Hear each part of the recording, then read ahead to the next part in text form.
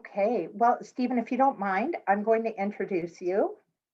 And I'm going to give a shorter introduction than Stephen's full bio. I ask you to go on to the FIWR platform and click on his profile. But I'll start in 2017, if that's okay. So Stephen joined Anishnabeg Outreach November 2017 as CEO.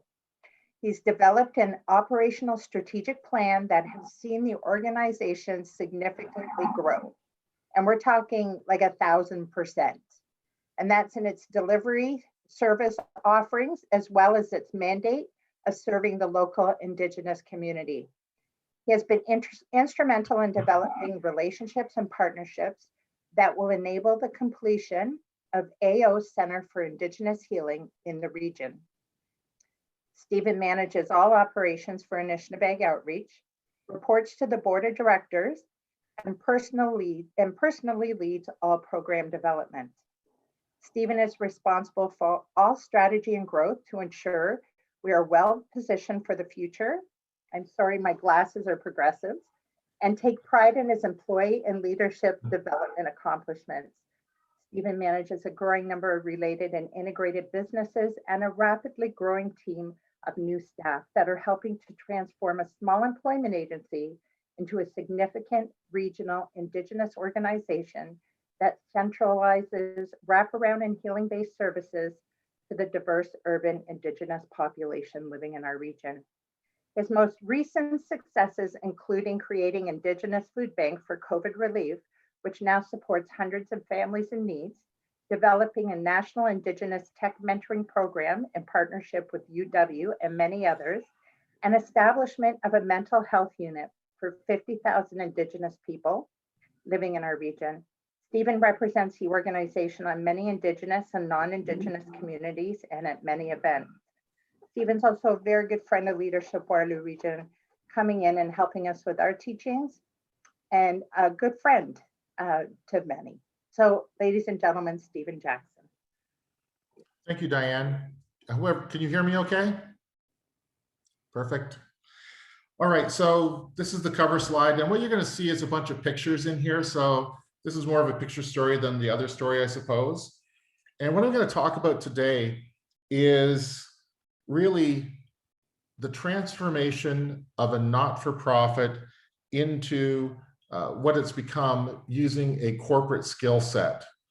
And from my perspective, not-for-profits are almost a failed model going forward. You need to self-fund, you need to do a whole bunch of partnerships in order to make things actually work. So there we go. So me, I have a master's degree in industrial psychology. And before we start, you know what I'd really like you to do? I want you to close your eyes for a second. Close your eyes. And I don't want you to fall asleep. That would be bad. I know you decided lunch and all, but close your eyes. And I want you to think of the biggest problem you can think of. And what I'd like you to do while you're thinking about that problem, I would like you to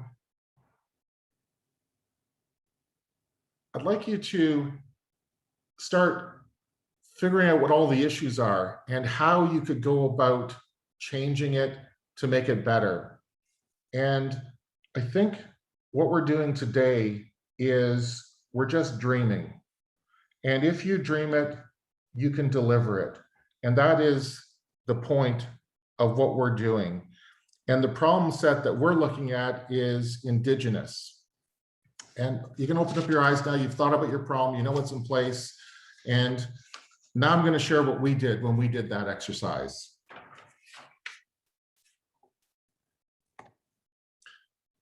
It was actually about a year or so ago, I went to SVP, Social Venture Partners, to do Perfect Pitch. My pitch was for a center of healing, and not one center of healing, but centers of healing all across the country. And my premise was, if you have centers of healing, you will move the needle on all the issues that are, in fact, Indigenous. And a center of healing basically is a hub of wraparound services that support people, families, from birth to death. And I'll tell you that you can't do it alone. It has to be through alliances, partnerships, processes, programming. You start small, you just keep on building it. And what I'll say to you is that a center of healing is in fact the art of what is possible if you do that dream I just mentioned a minute ago. And we're going to go through this because this is really the progenitor of everything that we've built, and you'll see it all come together. Before I start, I have to start with reconciliation. So there's 500 years of negative history, and there's a bunch of text here, you can read at your leisure, but there's 500 years of negative history involving colonists and indigenous people. It's a very black history. Personally, I don't know how indigenous people survived other than a lot of resilience based on all the things that have happened to them. And recently, and this is just the latest iteration of it, Justice Sinclair, he's a senator, Murray Sinclair, he did the report on truth and reconciliation in response to residential school, just the latest of a series of things that are, we should do something better for indigenous people, basically is what it is. However, I loved his paradigm, I loved his model, and I loved the way he described it. The way he described it was, he defined it as reconciliation. For it to happen, you have to have justice and you have to have healing. And when I think of justice or the justice system, it is for an event that took place in the past, and you're looking for justice for that. However, I will state to you up front, if you ever seek justice, you will never achieve justice. You'll achieve some portion thereof. But what will happen is you'll be frozen in the past, always worried about justice or lack thereof. However, the other side of the coin, which is healing, healing is actually the answer. That's why we created a center of healing. But if you have healing, all the doors and windows are open to you. You can do anything with the rest of your life once you've achieved healing. And when I think of reconciliation, I also view it as a contract.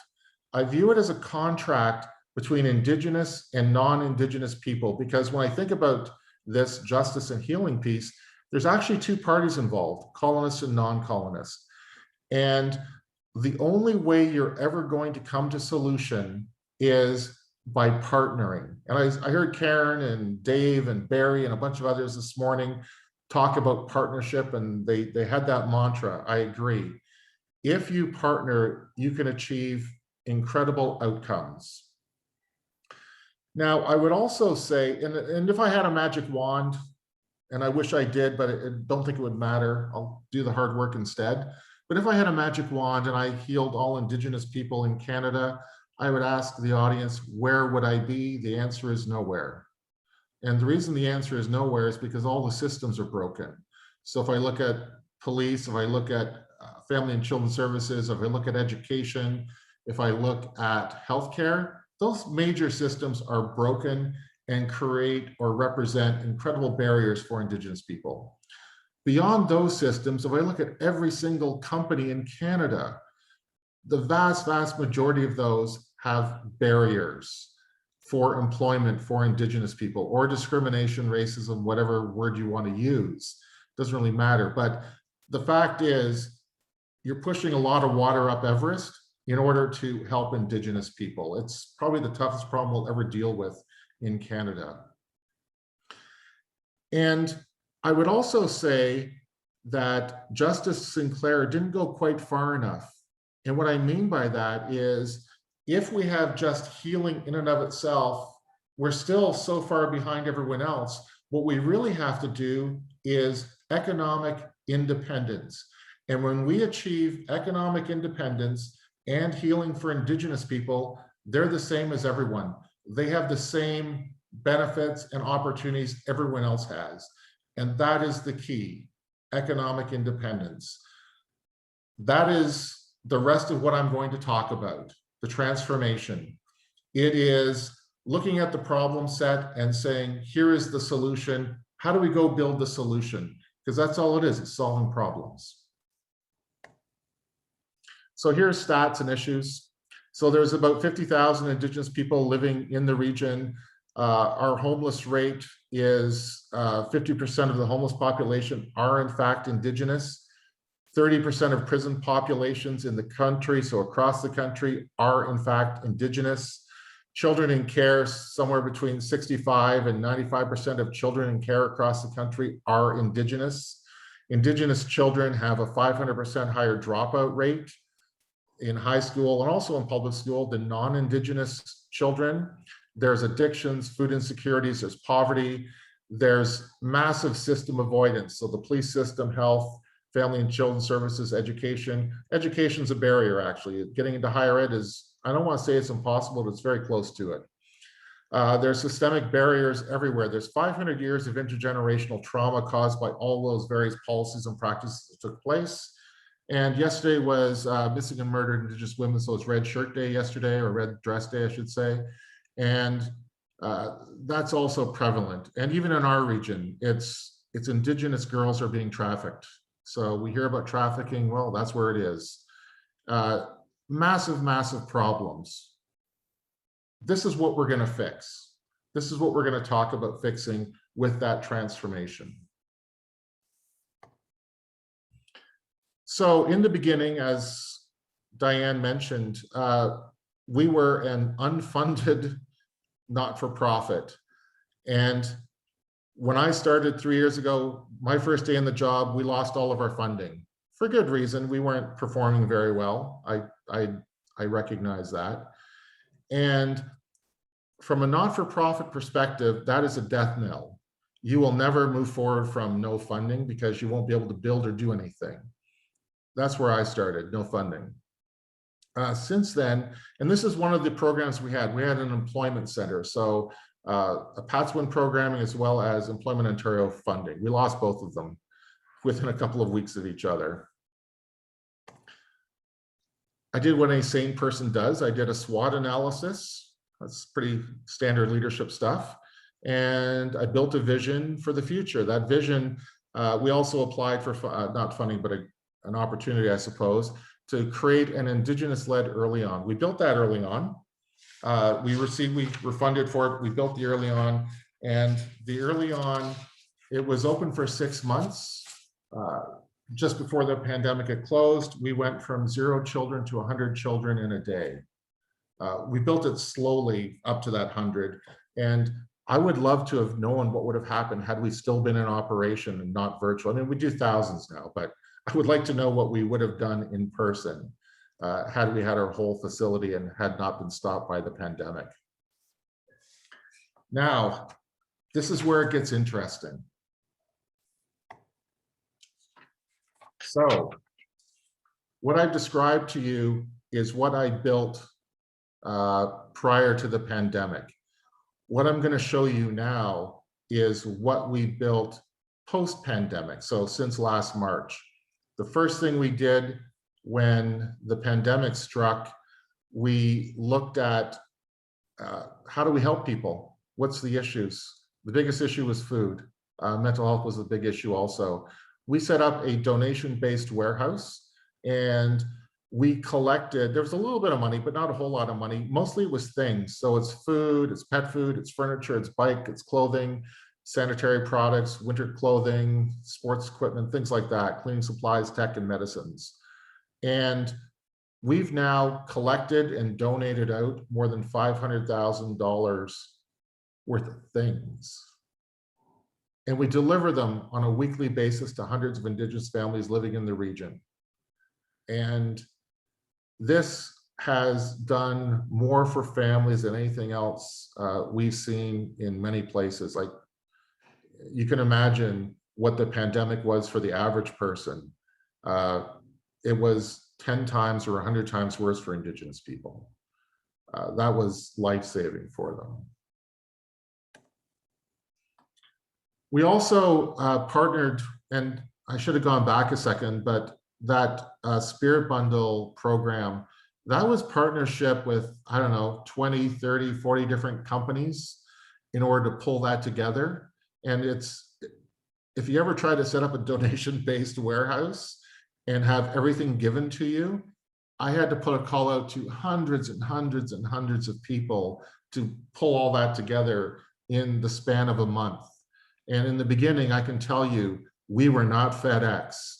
It was tough learning how to deliver. We're pretty professional now, but in the beginning, we were not that. The next thing we did was set up a mental health program. And I'm not going to go into the details of this particular program. I mean, there's a wheel there. This is pretty standard in terms of sort of all the, I guess, confounding pieces that impact Indigenous people. And the pieces that we looked at were around land, family, culture, because ultimately you have to bring people back to the land. You have to create family, but most importantly, you have to create culture and give them culture, because that's what was taken away from them. And we do so many things, and the next slide will show many of the things that we do. And it's just amazing. And they're all done through partnership with so many to pull all this together. There is funding behind this one, though. And in essence, if you wanted to heal someone, first off, I can tell you, you can't, because the only person who can heal someone is themselves. What you can do is provide the support, the tools, and really all the coaching. And the first thing you have to do is build trust. You have to figure out who and why they're doing it. You have to look at the root cause of what the actual issue is, not what they're saying the issue is. They have to take ownership, and then they have to break the cycle, and then you have to provide lifelong support. So when I talked about center of healing in the beginning, birth to death, that's what we support. And these are some of the programs that we built, and also some of the metrics. We launched this in February. Our first month, we had 301 clients. Our second month, we had 1,700 clients. That was in March. And this past month, we had 3,500 client engagements. So we do knowledge keeper teachings, we have fires, we have sharing circles, we do spirit building, we do all kinds of cultural activities, we do ceremonies. For those of you who followed us for Earth Day, we had a bunch of things related to that. We had medicines, which are traditional medicines. We did medicine walks. We did elder counseling. We have yoga, fitness. We just launched an art program, cooking, and of course we do vaccinations, which I'll talk about a little bit later on. So, and this page will eventually become 10 of these pages as we continue to build out more programs and deliver more services. And our client, I don't know where this client is going to plateau, but yeah, I have no idea how large this is going to grow on a monthly basis for us. One of the other things we did last summer was we built all of our grounds. So the first thing we built was actually a healing lodge. A healing lodge is interesting. We actually we gave medicine, which is a contract actually, to build a sweat lodge for us. And a sweat lodge just kind of helps you a little bit. A healing lodge actually is basically an Indigenous hospital. So it cures things up to cancer and down to mental health and other minor ailments, I suppose. It helps with diabetes, a bunch of different things. There's part of it's spiritual and part of it is plant-based, but it all takes place in that lodge in a very dark space with heated rocks and sweat and things like that. And that was the first thing we built. And it was kind of interesting. This was last summer, so not quite a year ago. Shortly thereafter, and we built this with about 25 or 30 people helped us build this, Indigenous actually, and my staff. Shortly thereafter, we had a vision that really said, well, we also need a teaching lodge. Now, there's an article, if you've read it, it was in the Record last year. We built the teaching lodge, but that was about 75 people, Indigenous and non-Indigenous. So heads of government came, so the mayors, we had chief of police and some of his senior staff, we had church leaders, we had corporate leaders come help us build the teaching lodge, a much bigger structure, looking like this. If you go to our website, you'll see what that thing looks like. In fact, I think when we get to the website slide, you'll see a picture of what the teaching lodge is. And shortly thereafter, we built a Turo Wampum Trail. And Turo Wampum's it was a Haudenosaunee concept from back in around the 1640s. And it was Haudenosaunee and Dutch plying the river I think it was the Hudson River in New York. And they noticed they were all plying this river and working on the river together and going up and down as you do with trade. And they wanted a partnership, and it's a wampum belt is what it actually is, and it's a contract. And the contract was around peace, it was around partnership, and we thought that was incredibly important to put on our land. And so under our really big pine trees, we have a 2-row wampum. It's a pathway actually, so it's about 125 feet long.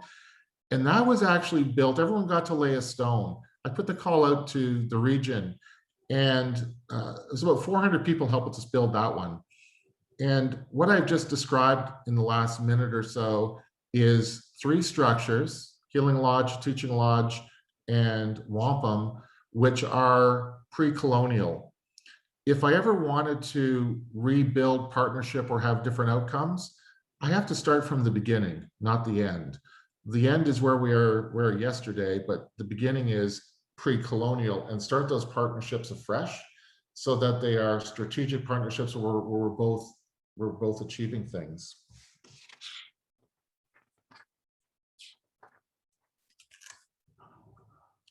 The next slide is actually a picture from inside the teaching lodge. And this was a group from a long-term care facility that had experienced a lot of death, and we offered to help support them from a spirit building process to help them survive the pandemic, in essence, is what it really was.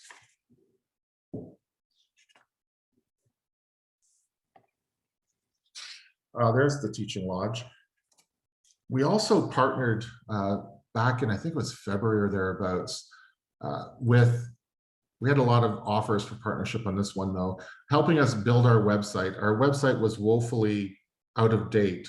We build a lot, we move a lot, and it could never keep up with us. We brought it in-house, and a company called FIWR, a tech company who's been very supportive of the things we do, they taught us how to build our own website, and they helped us where it was too tough for us. But now what we've done is, and it was kind of critical because we started in February and we launched at the beginning of March. We launched at the beginning of March because we started vaccinations. And we needed to communicate to Indigenous people and everyone else what the process was for vaccination. So we stuck it on our website, of course. So there was a system of record for that. And if you go under any one of those tabs on our website, you'll see what we're doing for early on. You'll see what we are doing for healing, as well as employment, donations, and others. And the website has been absolutely instrumental in people finding us and also knowing what we do.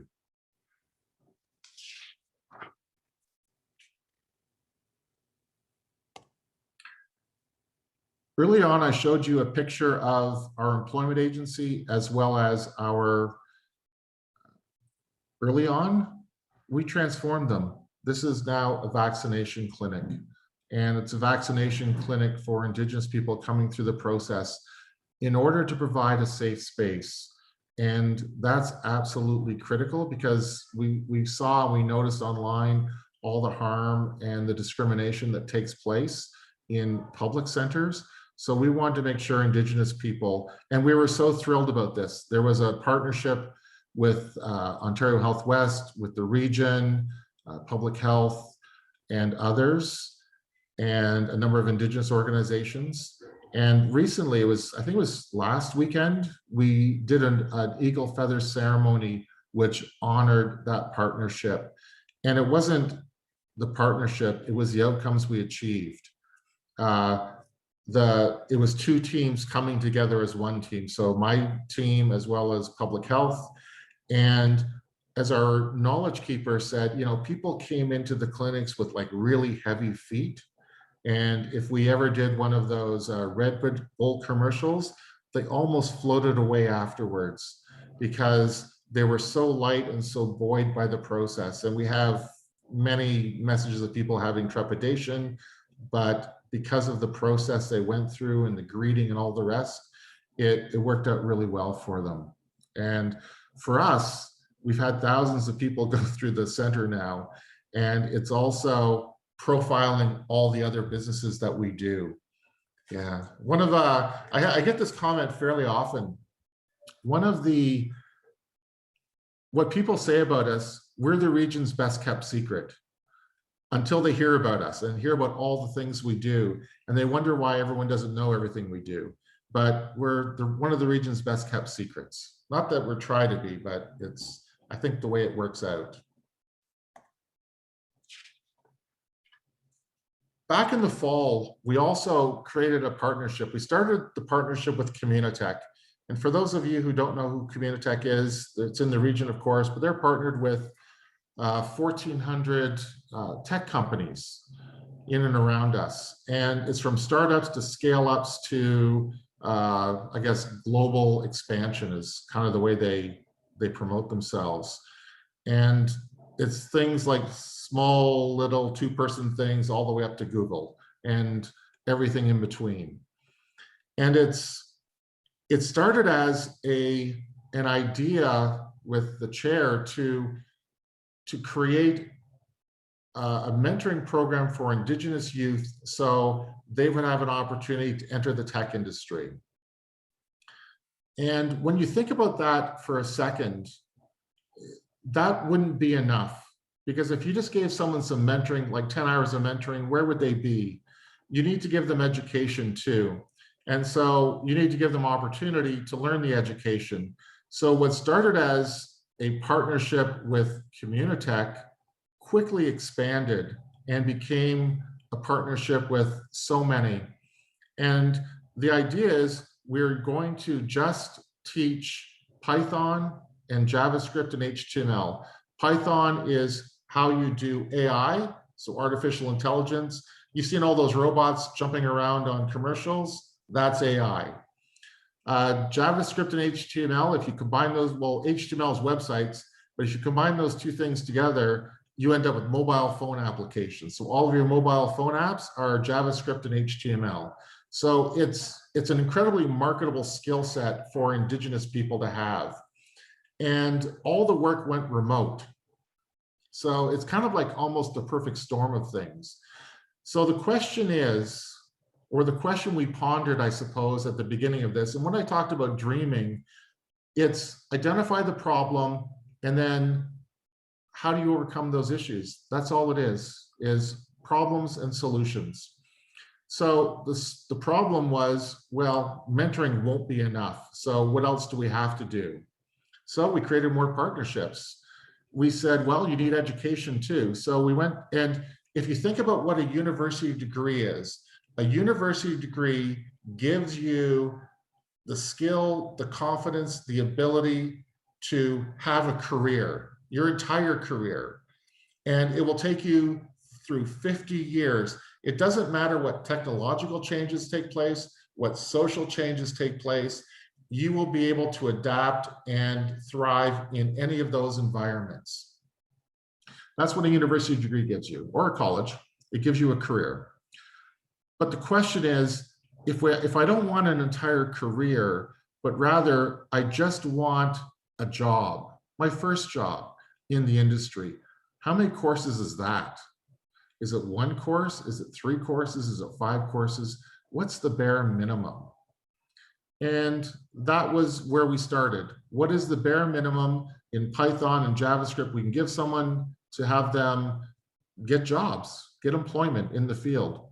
And it's remote work, so that's perfect.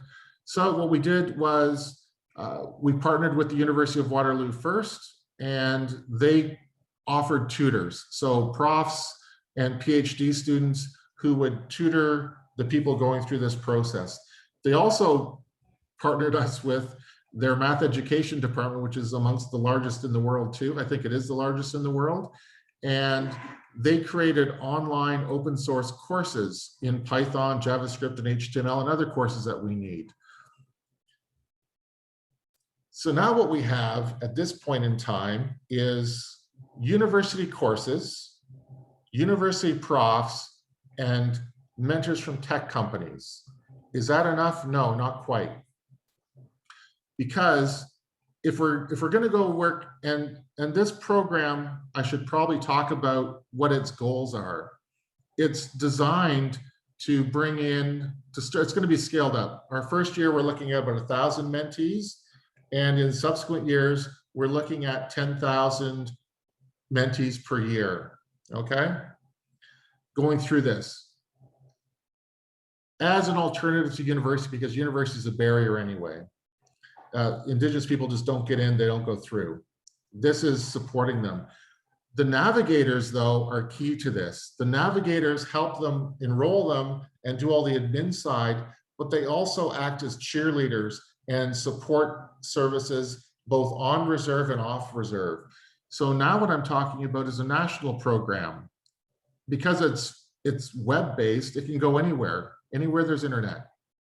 And it can help anyone, on reserve, off reserve. So the next thing we discovered was, well, there might be an education issue. We might not have enough English and we might not have enough math skills to make this work. Thankfully, the University of Waterloo also created math curriculum from grade 4 to grade 12. And that's going to be the beginning of enabling us. And we're putting together a small rapid build course on math, just teaching the parts that are important for programming, not all of it. So basically just algebra. And we're looking at how do we go through that. And the life pieces also, there's life elements. So I partnered also with RBC. RBC is also sponsoring part of this program for us. And what RBC brings in is a ton of programs and courses that we can incorporate into our learning management system. Things on life management, as well as wealth management. Now it's starting to get interesting. Let's fast forward 10 years. Let's fast forward 20 years. Let's run this program across Canada to the reserves. Let's see what that looks like. So in year 1, we have 10,000. In year 20, we have 200,000. 200,000 people is half the reserve population. However, these people are actually slightly older when they start, and they also have 2 or 3 children when they start typically, and about 70% of them are female. Okay, so that's the target audience of who we're working with. So what does that mean for us in 20 years? And if we build all the pieces, like the wealth management side of it, all the life skills pieces and the other pieces and the education, that means they themselves have a different way of being. Not only do they have a different way of being, but I would bet you their children are going to join the program in 15 years. We now have 2 generations of families that have a different way of being. And not only a different way of being, but a different future. They're all making money. And that money is also going to flow around reserves. So everything you've ever read about, all those things in that very first slide that I talked about, the outcomes, those negative outcomes, in our lifetime, what this means is those outcomes actually go away in our lifetime. And that's what we're building. We also partnered with Paul Martin. For those of you who don't know who he is or was, he's the former Prime Minister of Canada. And he also joined this program in this process based on what it does. There's also other universities and colleges that we partnered with as part of this process. Now, the next slide, there we go. The next slide is, and one of these partnerships, I reached out to a company called D2L. Everyone probably knows them, they're in the region. They are one of the probably more fabulous learning management system companies in Canada, the world. And I was hoping they would donate their system to us. Now, whether they are or whether they aren't, doesn't really matter anymore. That process took too long and we had to move forward with our mentoring program. Somewhere along the way, and this is one of those things, and if you talk about AO, and to know us is to know that we move the needle on things. And not only do we move the needle on things, we move the needle on things rapidly. And if you're a week out of date or a month out of date, chances are you won't even know what we've been doing. That's why we tried to fix our own website so people can mostly keep up. I send out newsletters now and again too. We ended up meeting a tech company, and we're just going through that process. We launched, I think it was yesterday or the day before, where we are building our own LMS system. I call it a Franken system because it's actually learning management. So a learning management system combined with a CRM, which is customer or client relationship management, and ATS, which is applicant tracking system. Because if you think about what we're trying to do, we're trying to give people the education, we want to maintain a relationship with them, and then we want to get them jobs. So this Franken system we built.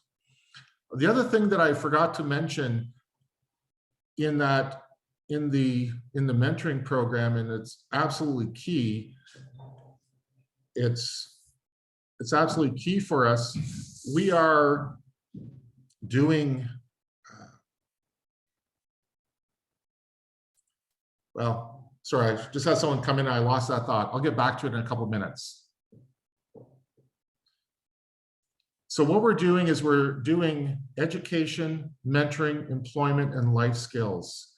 And if I think about that first job that this person's going to get, we're not going to stop the relationship. What we're going to do is we're going to look at what's next. In other words, success for this program isn't getting the job. Success of this program is actually getting a promotion, be it lateral or be it vertical. So we're going to provide the skill set and continue the relationship with these people so we can actually get them promoted laterally or vertically. And we'll just keep doing this. We're going to take that 4-year degree and just keep parsing it out into chunks they can do in their spare time so they can keep moving through organizations and keep developing their careers they want to. Now, this is where I love this light bulb thing, because this is where it gets really interesting for us. So we're no longer, and the reason why we're building the LMS, it costs me about $40 per user. And if I do 10,000 users, that's $400,000. I can't raise that money every single year of my life. What if I want to move this up to 1 million users? That'd be $40 million I had to raise, right? I just can't do that. So we built our own, but this is where it gets really interesting. We're no longer an employment agency. We're no longer a not-for-profit. We're now a tech company. We're a tech company that's being taught how to build tech in partnership in a way that's never been done before. We are partnering with tech companies to build tech. We are having tech companies work together because they don't work together. We're creating that sort of that glue that holds everybody together. And when I talked about going to 1,000 users or 10,000, that's the goal. But those other 10,000 are going to still be in the system on year 2. That's now 20,000 in the system, and so on. In 10 years, that'll be 1 million. There'll be 100,000 users. And when I look at this, and it's right now it's just tech training, so Python and JavaScript. I met a company not too long ago that said to me, why don't you teach people how to sell tech? For every tech developer, there's probably 10 salespeople. Why not create a tech sales force too for the rest of your indigenous people? So the answer, I know nothing about sales. So we'll partner with people. We'll figure out what that is. We'll build the programs, we'll build the knowledge set, we'll teach it to people self-directedly, and they can become salespeople at tech companies. There'll be a ton of tech sales jobs forever for these people. We're going to put math education into the LMS. We're going to put English education into the LMS because those are 2 critical skills for people on reserves. They aren't quite getting it. What I love about this, once this is built in September, we're going to start a national tutoring program so we can start tutoring Indigenous people so they can have the education piece, right? We're going to have life skills in here so anyone can grab that. We're going to put the wealth management piece in. We're going to put the mental health program so it's self-directed learning with coaching or elder support where it's needed, but mostly it's self-directed. We're going to be able to put Indigenous language training on this thing. And we're going to be able to put leadership development and equity, including reconciliation.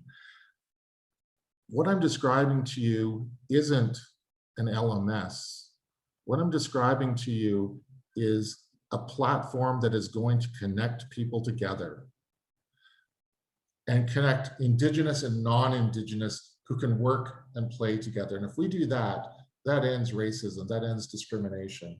I can say that any high-performing team does not have a discrimination or racism on it. Otherwise, it wouldn't be high-performing, it'd be dysfunctional. We're going to create a knowledge platform because right now there's a lot of disparate work going on, whatever it happens to be. Like Red Dress Day is a key example. Probably there was 1,000 or more red dress events across the country. What if there was a central resource for everyone to use rather than reinventing the wheel? And the most important thing that is part of all of this is it's going to become a work experience platform. In other words, the mentees are going to help us build the LMS. The mentees are going to help us build future applications. So the question I say to you is, what would you do with 10,000 developers? Well, I know what I'm going to do. We're going to start a game company. We're going to start a movie company like Blue Sky or Pixar. We're going to create Indigenous Etsy. We're going to build mobile apps because we're learning how to build tech. That's the future. These people are going to, I don't know what they're going to build. Maybe they're going to build the next Shopify. I really don't know. But that's the platform we're building for them.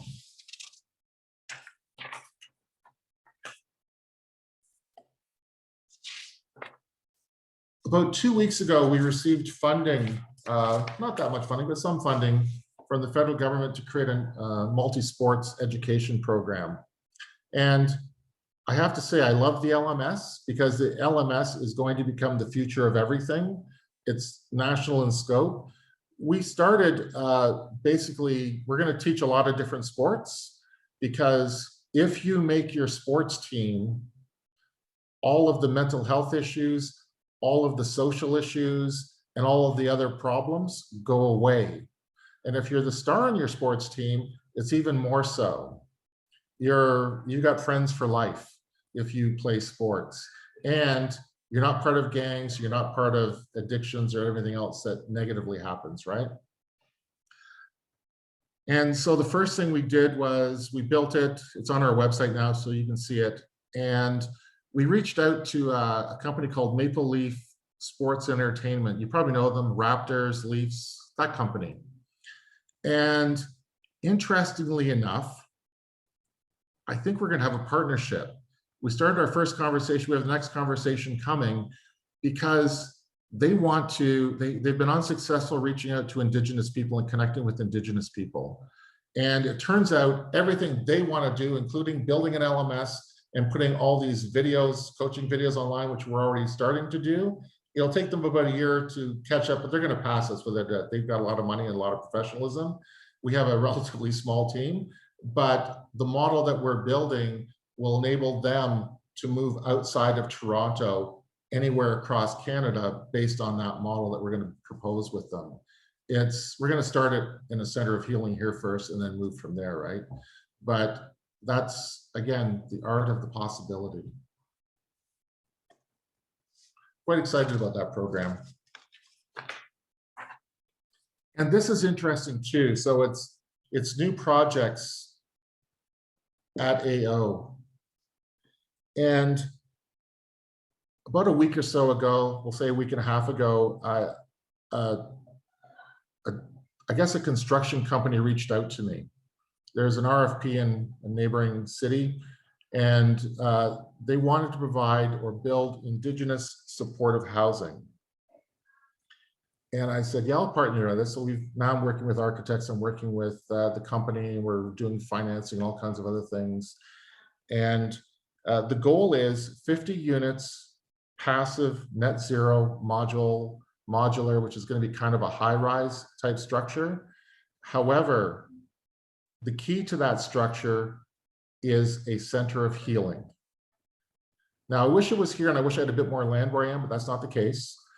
But I'll build a second one of these, because when I built AO, I built it as a model that could be anywhere.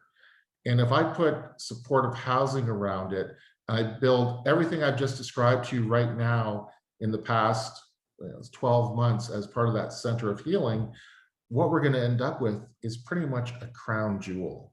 It's going to be this integrated system that includes housing, that includes all of this programming that really takes people from birth to death, and it gives them an opportunity to heal and have employment.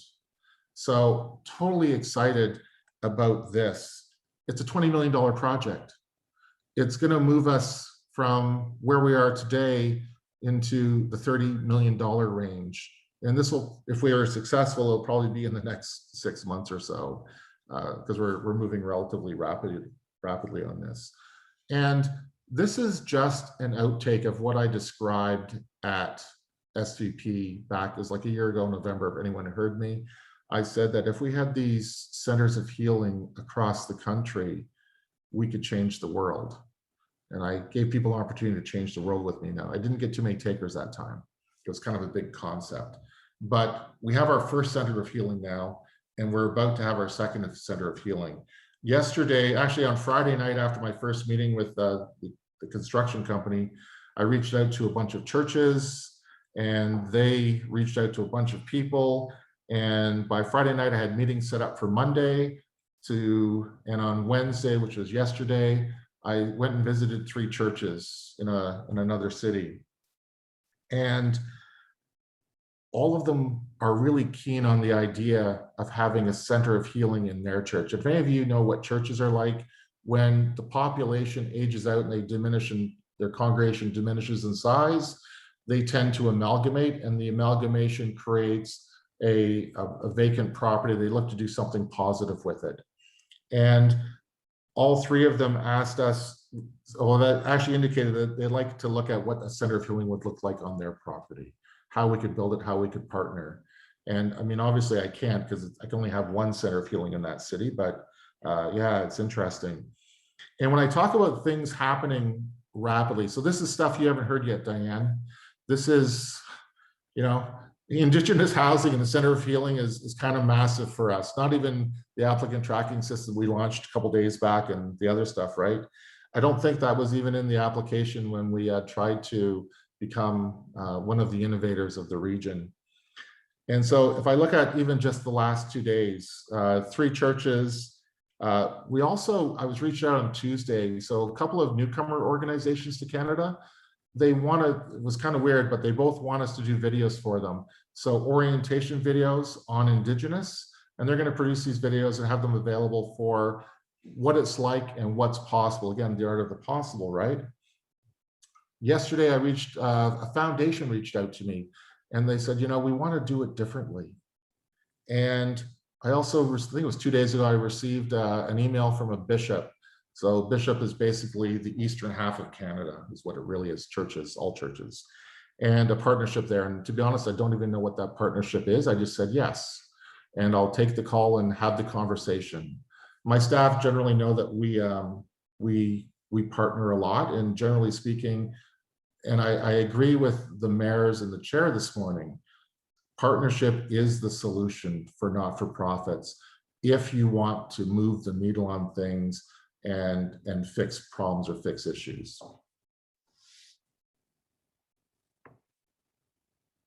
So in terms of partnerships, and I think I'm nearing the end of the things that I want to talk about, not quite, but close.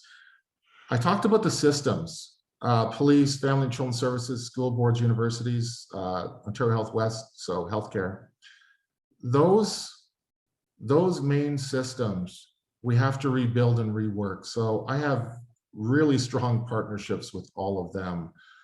We even have everyone talks about defunding police and things like that. I disagree with that, but we partnered with them instead. And we're having a police officer join our mental health program so that we can move the needle and create positive outcomes for police and change the paradigm and change the fear, because it's about branding, right? And that's the same with school boards and healthcare and others. The reason we did the eagle feather ceremony I guess it was really the region, with the region, it was because we're moving the needle on things, but it was that partnership, and it was to create a brand for them, a brand of trust. It wasn't really for us, although we did benefit, but it was really a partnership for them. And there's a bunch of people that we partner with, and I honestly don't keep track of partnerships. My staff tell me we should stop looking at outcomes, and we should just talk about how many partnerships do we create a week. And when I look at, this week, it was about 6 or 7. When I look at last week, it was 2 or 3. And some of these are like really big partnerships, like the housing or Maple Leaf Sports. And some of them are smaller partnerships, like doing a video for a multicultural organization. I did a version of this presentation not too long ago, March 17th, actually, to a Rotary Club. And in that presentation, the first 4 things, so music, art, housing, and healthcare, those are things I said at that time were kind of on the radar, things we might plan to do. And there's a few other things on the list that weren't on the radar a month ago. And of those things on that list out in the bottom, the only one we haven't actually done anything with is music. We started an art program, and that's going to become fairly substantive as things progress. We looked at housing. The health center is actually, we became the vaccination clinic, but the vaccination clinic is going to turn into a health center for us because we partnered with doctors, we partnered with nurses in order to do healing once vaccinations are finished. So we have that planned already. The sports program we launched, the LMS build we're on right now, which is also the mentoring program. We partnered and launched a tutoring program, which is going to be national. And we started to look at the second center of healing. And that's key because a second center of healing is, this is proof of concept. I'm at the center of healing right now, but having a second one proves the model can be exported anywhere. And that's the key piece. So evolution at AO.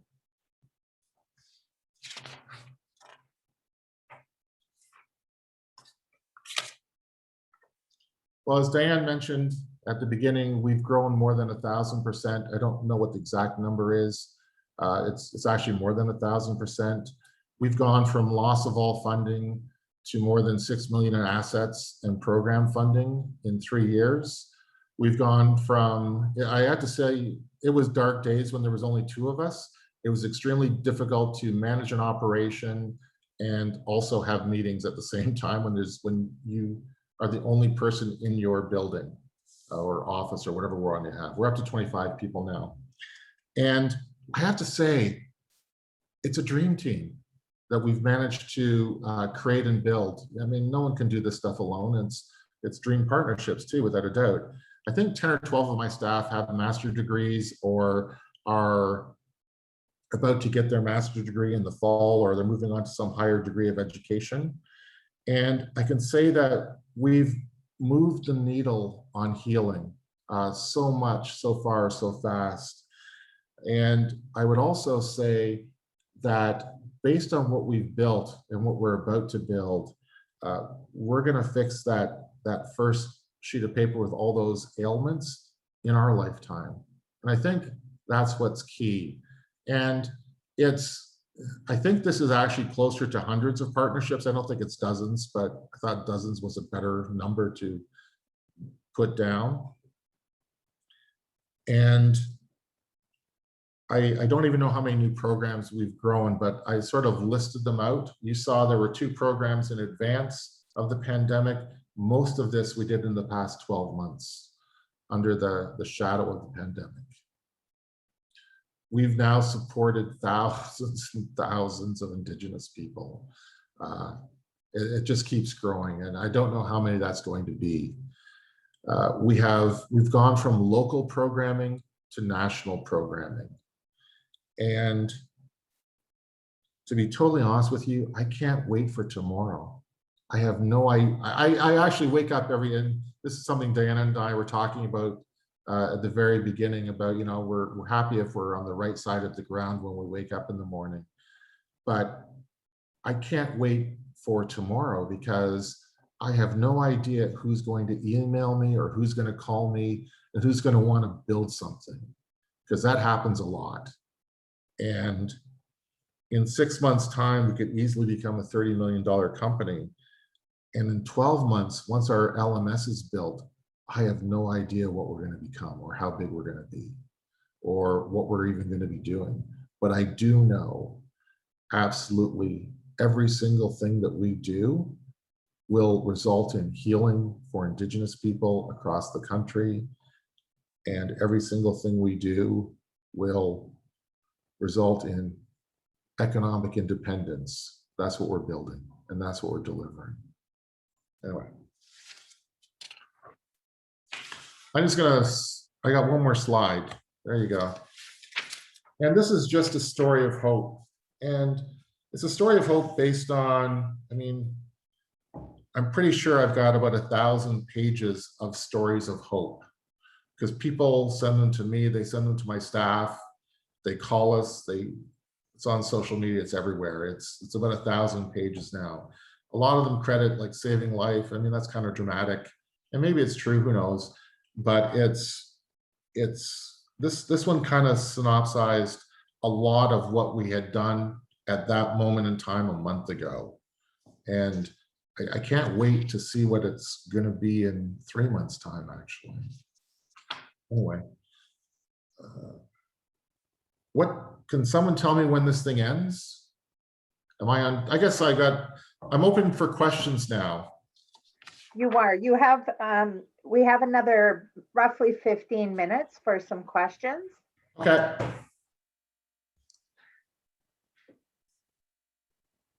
Have any here?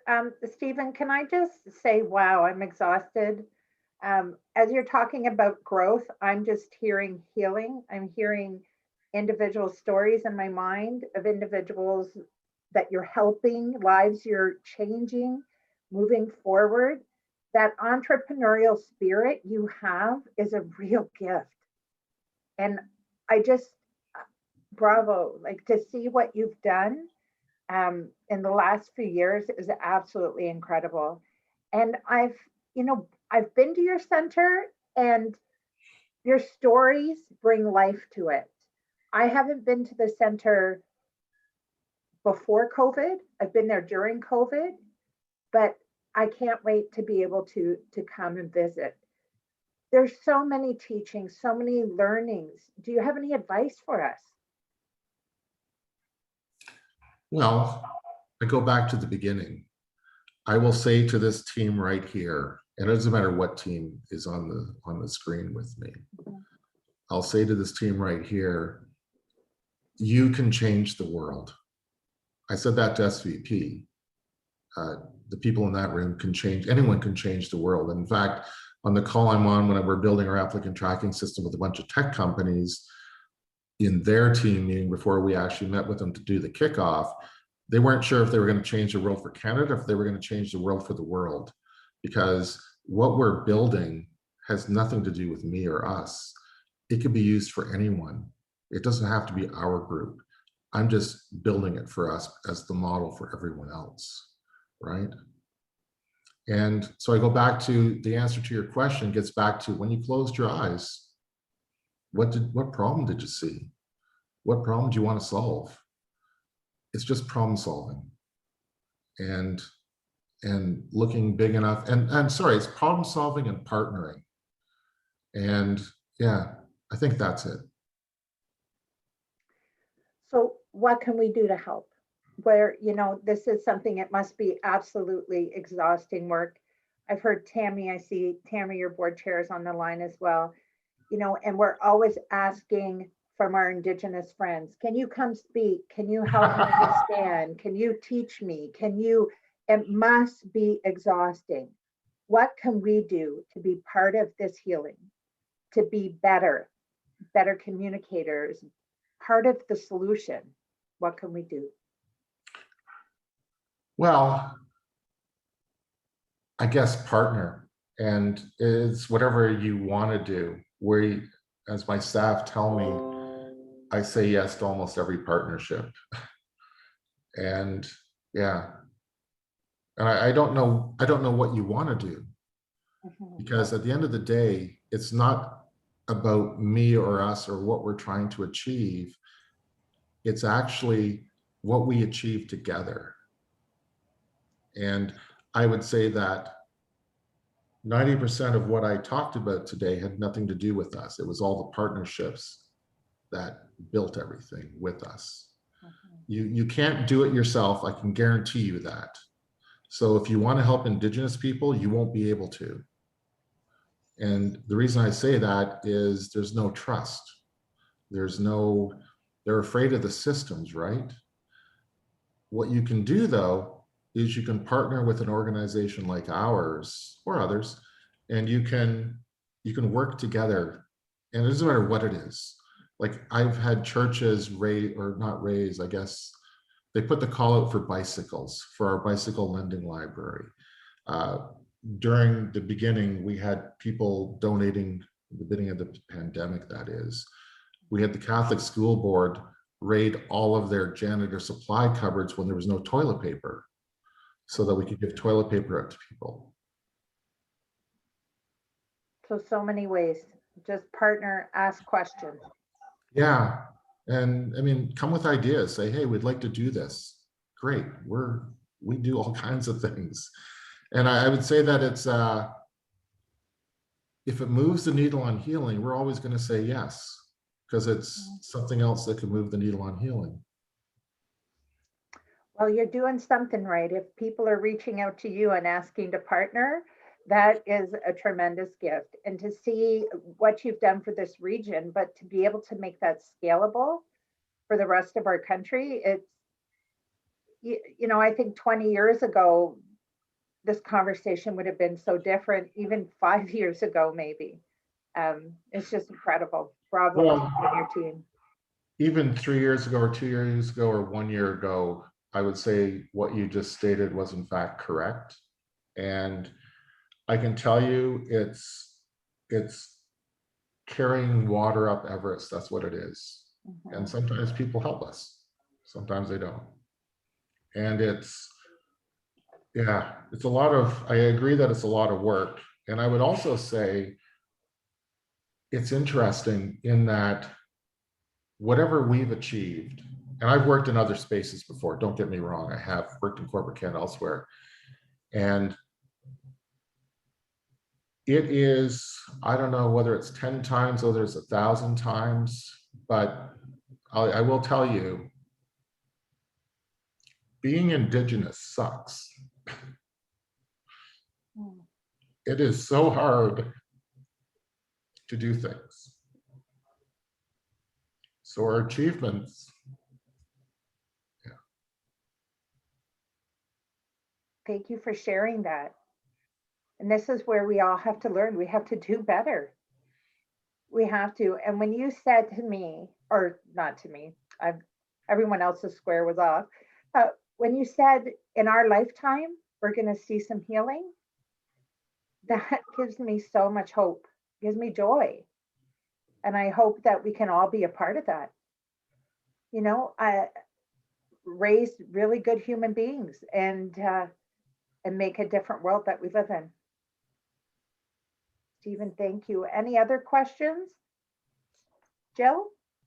Diane and Stephen, I'll take some pressure off of the two of you and give you a break. Well, maybe not a total break, so I'll probably have a question or somebody will speak up. But yeah, Stephen, Jill from Libro, we've met a time or two. You've toured me around your facility, and it's wonderful to hear the update. And something, the thing that you said about I can't wait for tomorrow, and kind of what you just said right now about how hard it is to be Indigenous, like your outlook and what you do, there's a lot of Indigenous people that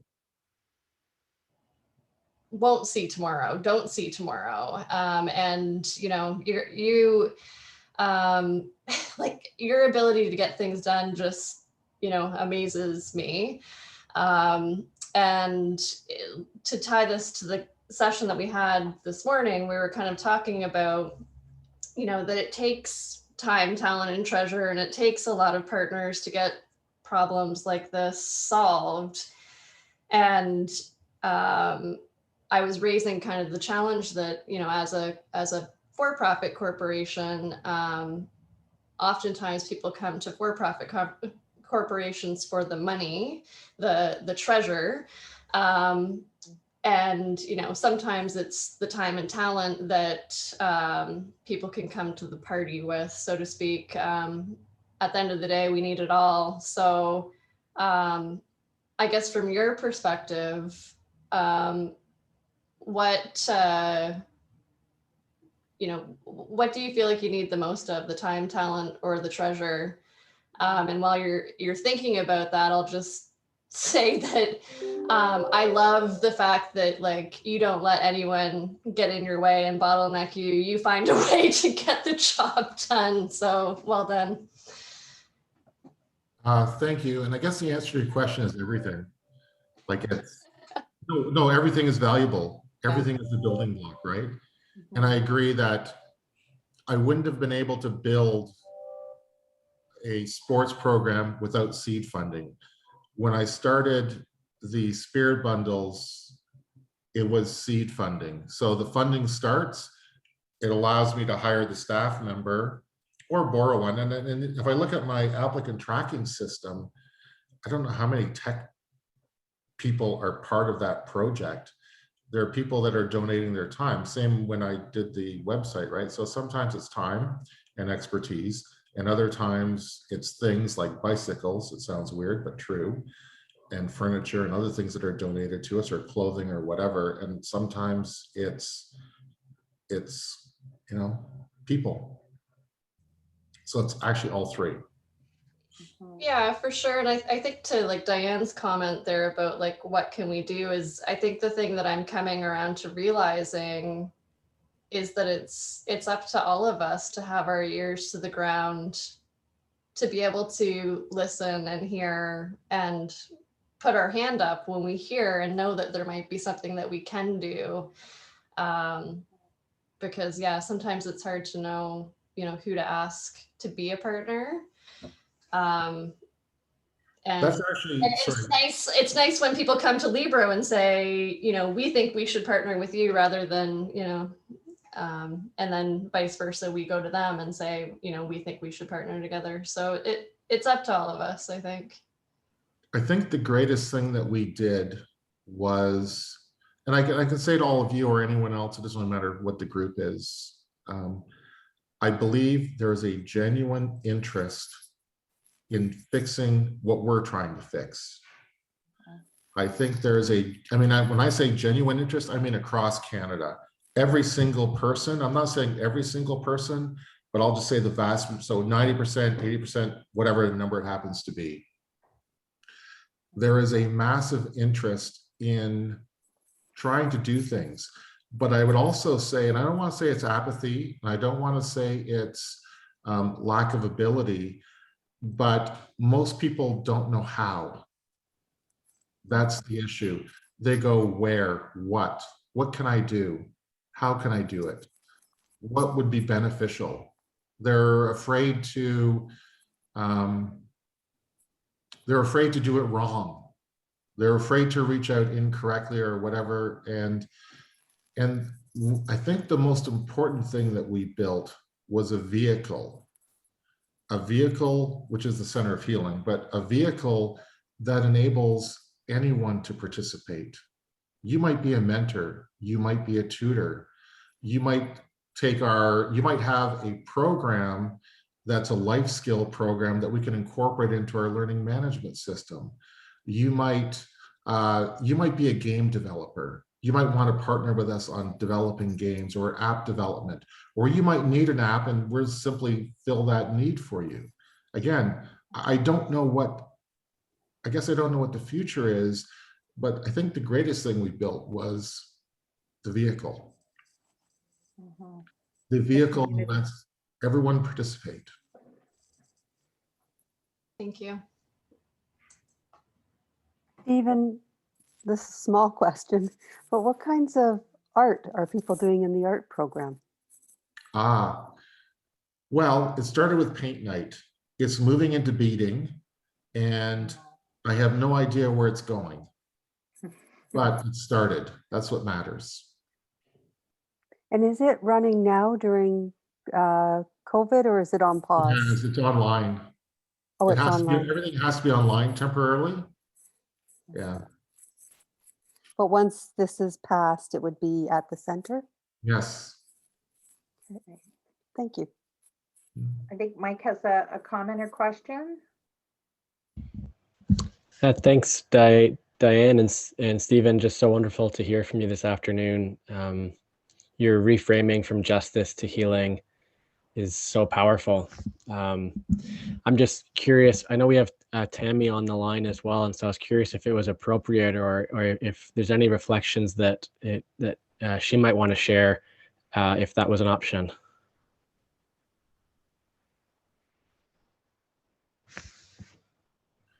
Do you want to unmute your mic, Tammy? I can. Sorry, you'll have to, Mike, can you ask your question again? I was about to just go and check with my kids, so I kind of missed half of it. It's the most open-ended question. Just curious if you had any reflections you wanted to add, just to have you part of the conversation, as well as from a board point of view, on all the, all the incredible new openings and opportunities and partnership that Stephen and the rest of the team have built. Wow, it totally catch me off guard here. This was supposed to be the Stephen show, not the Tammy show. It's you know what, from a board perspective, it's been amazingly brilliant, but a lot of work trying to keep up. Because historically, we kind of go from this, I always say, a sleeping not-for-profit, where you know what to expect, your vision, your direction. And then Stephen comes on board, and holy heck, we had to start running to keep up with him. But it's not for lack of a common vision. We all felt the same, we all see the same.